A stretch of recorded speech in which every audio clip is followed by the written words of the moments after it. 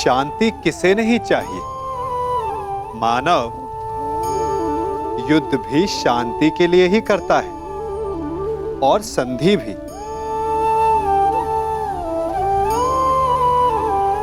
आप में से कुछ कहेंगे कि आगे बढ़ने के लिए सदा संघर्ष ठीक नहीं होता, संधि का मार्ग ठीक है,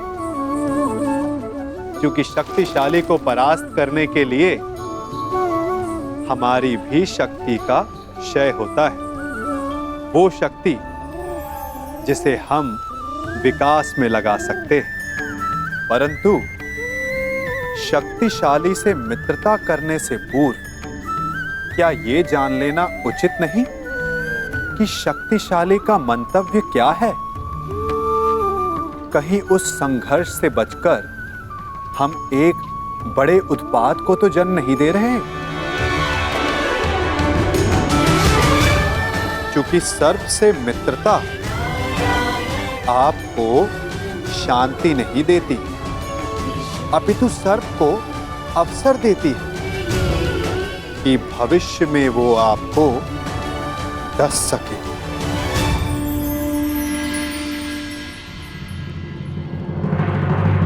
तो ये है हमारी योजना। राजसूया यज्ञ की सफलता के लिए इसी भांति चारों दिशाओं में खांडवप्रस्थ की पताका फहरानी होगी।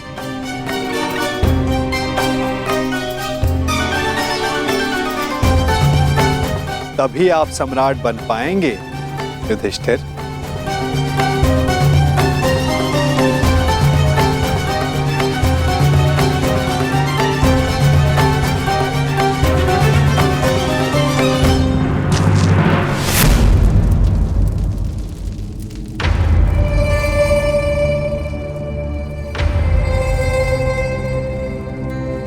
बस पूर्व दिशा में एक बाधा है। बाधा? कौन सी बाधा माधव? मगध। हाँ मेरे होने वाले सम्राट, यदि तुम्हें पूरे भारतवर्ष में अपने आप को सर्वशक्तिशाली सिद्ध करना है तो तुम्हें मगध पर अपना प्रभुत्व स्थापित करना ही होगा। और मगध का अर्थ है जरासंध।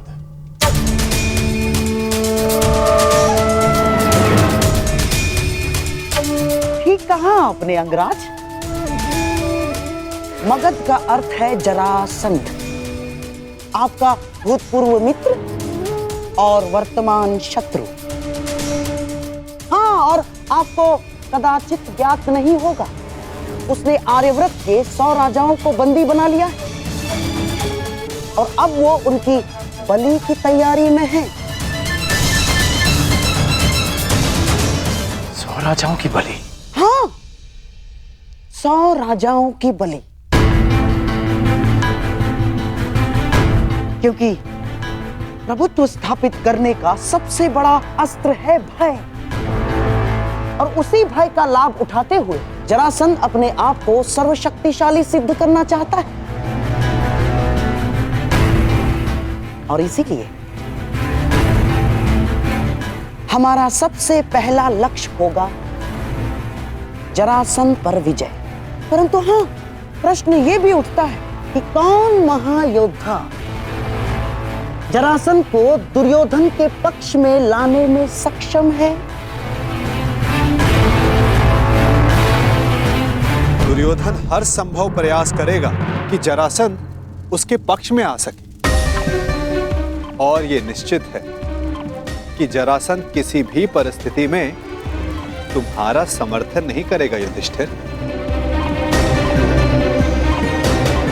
तो अब केवल एक मार्ग शेष है, जरासंध का अंत।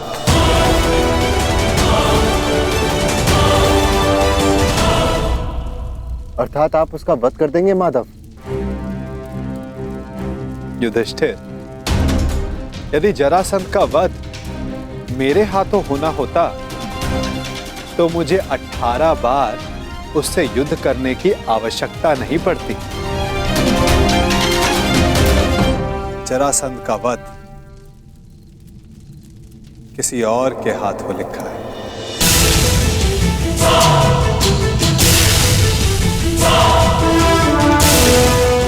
भ्राता भीम, क्या आप इस बाधा को समाप्त कर सकते हैं?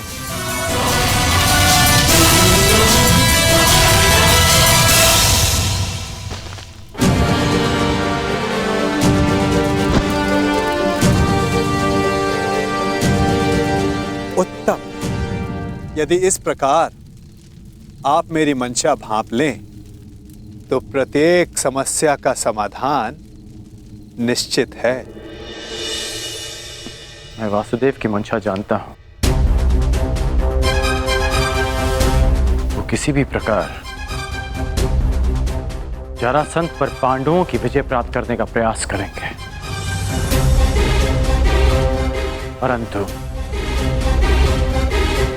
तुम चिंता मत करना मित्र।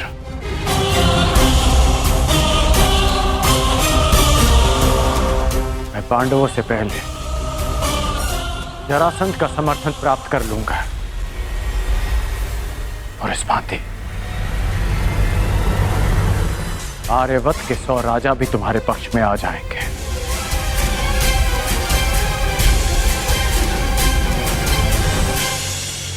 इससे पूर्व कि जरासंध दुर्योधन का समर्थन करे, उसका अंत आवश्यक है।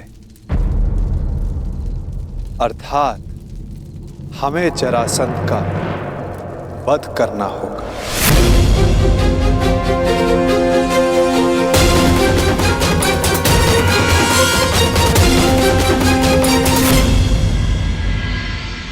महाराज जरासंध की, महाराज जरासंध की, महाराज जरासंध की, महाराज जरासंध की।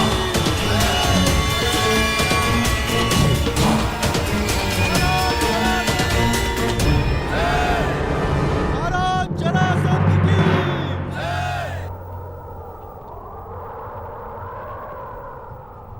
शतराज बलि प्रारंभ हो।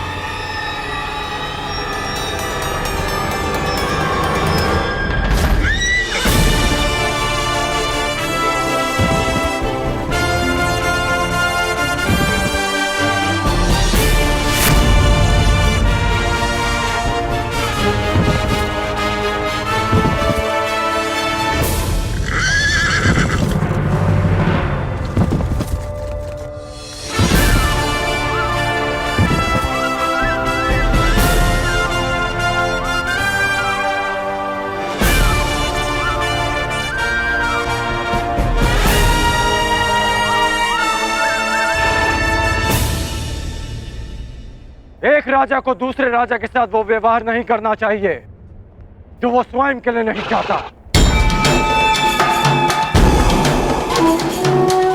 मुझे जब भी तुम्हारी सहायता की आवश्यकता पड़ी, तुम एक बार मेरी सहायता करने अवश्य आओ।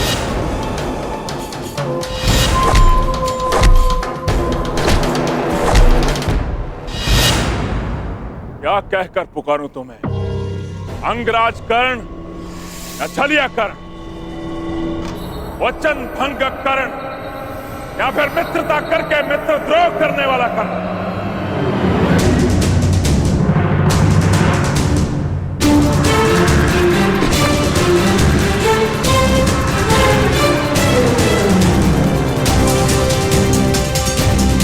न्याय का योद्धा परशुराम शिष्य राधेकरण पुकार सकते हो, जिसे ये बलि रोकनी पड़ी क्योंकि ये आवश्यक था।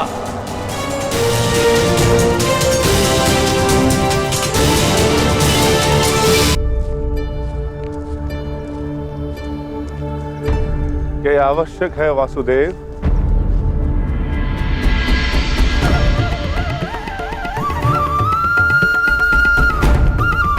हाँ, हम वहां जरासंध के अंत के लिए जा रहे हैं। अपनी सुरक्षा के लिए वेश बदल कर जाना, क्या यह कायरता नहीं? नहीं भीम, हमने ये वेश उन सैनिकों के प्राणों की रक्षा के लिए धारण किया है जो हमें पहचान कर हम पर आक्रमण करेंगे और अकारण ही बाहुबली भीम के हाथों मारे जाएंगे।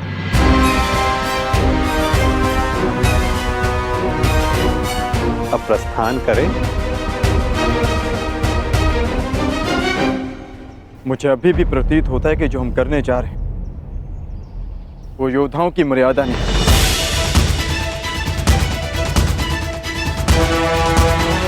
आप आज्ञा दीजिए, मैं अपने ही वेश में एक ही क्षण में मगध के द्वार ध्वंस कर दूंगा और जरासंध को भी धराशायी कर दूंगा।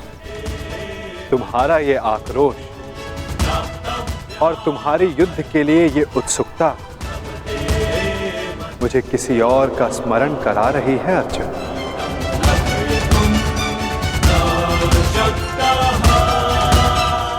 इसका माधव है एक तुम जैसा, परंतु तुमसे पूर्णता भिन्न।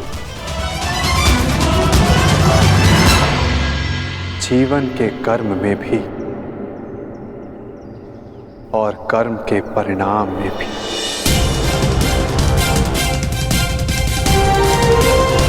जरासंध, मैं मित्र दुर्योधन की ओर से तुम्हें सावधान करने आया हूं। शीघ्र ही तुम पर आक्रमण होने वाला है, इसलिए अपनी सुरक्षा का प्रबंध करो और हस्तिनापुर से संधि भी। और इस मित्रता का मोल क्या होगा?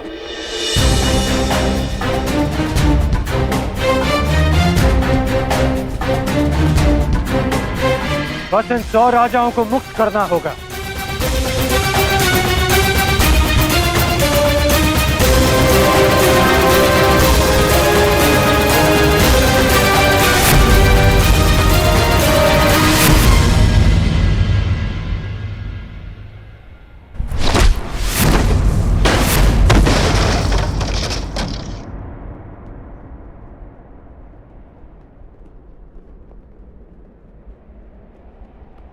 जरासंध तुम जैसे छल करने वालों से संधि नहीं करता,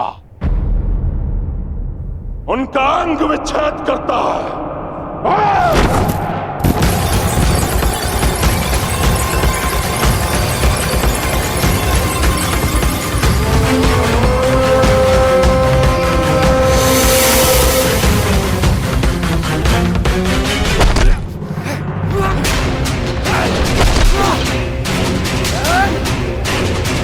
मेरी बात मानो, इन राजाओं को मुक्त कर दो जरासंध। और राजा की नहीं, एक तो एक राजाओं की बलि चढ़ेगी कर्ण।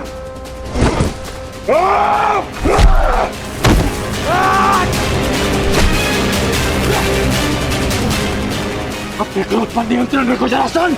तुम्हें देखते ही क्रोध ने मुझ पर नियंत्रण कर लिया कर्ण।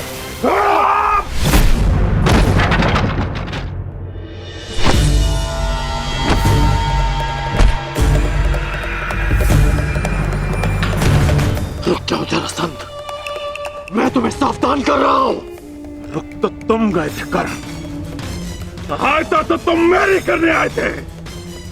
किंतु हाथ मिला बैठे उस कलिया कृष्ण से।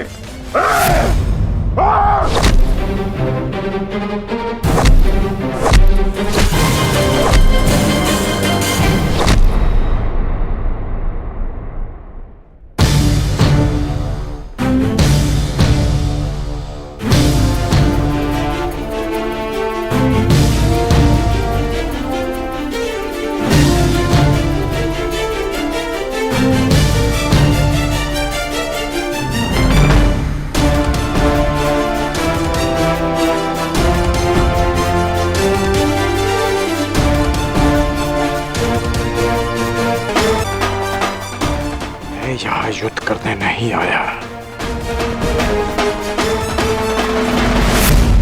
यदि युद्ध करने आया होता तो तुम और ये युद्ध कब के समाप्त हो गए होते। इस भांति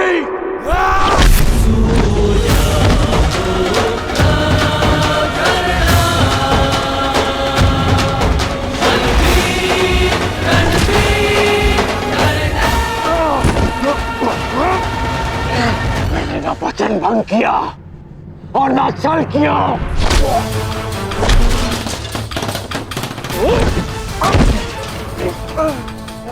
मैं युद्ध में तुम्हारी सहायता के लिए पहुंचा था, परंतु रुका रहा क्योंकि वासुदेव शांति का प्रयास कर रहे थे।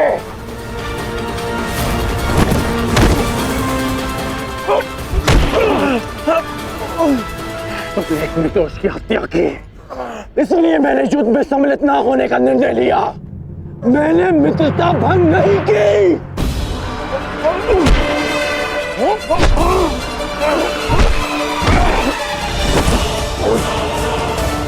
मेरे शत्रु के साथ खड़े रहने वाला मेरा मित्र नहीं।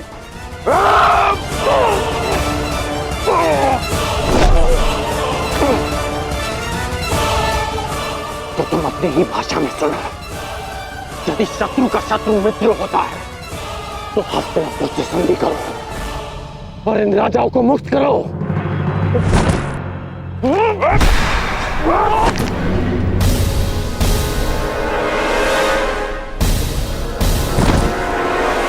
आज तुम वासुदेव के विरुद्ध हो। नहीं, मैं वासुदेव के विरुद्ध नहीं, परंतु अपने मित्र दुर्योधन के साथ हूं, जो वासुदेव के विरुद्ध है। अब मेरी बात ध्यान से सुनो। तुम पे शीघ्र ही आक्रमण होने वाला है, इसलिए हस्तिनापुर से संधि करके दुर्योधन से मित्रता स्वीकार करो। कृष्ण का विरोध करने वाले के लिए 100 राजा क्या, मैं सहस्त्र राजाओं को छोड़ सकता हूं। मुझे तुम्हारी संधि स्वीकार है। अब ये सभी राजा मुक्त हैं।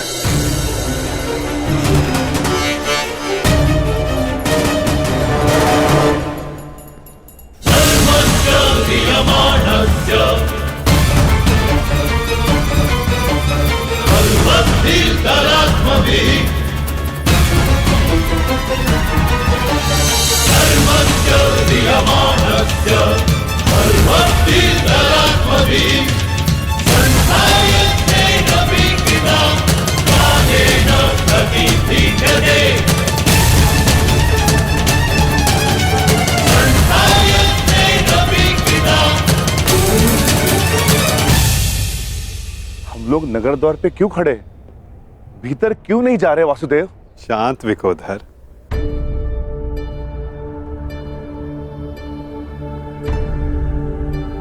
अंदर जाने से पूर्व तनिक मगध नरेश के लिए कुछ भेंट तो ले ले।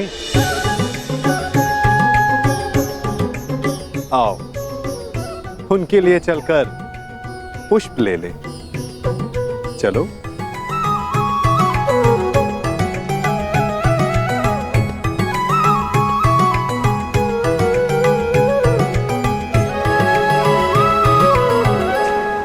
आप सब अपने राज्य जाने के लिए मुक्त हैं। आइए।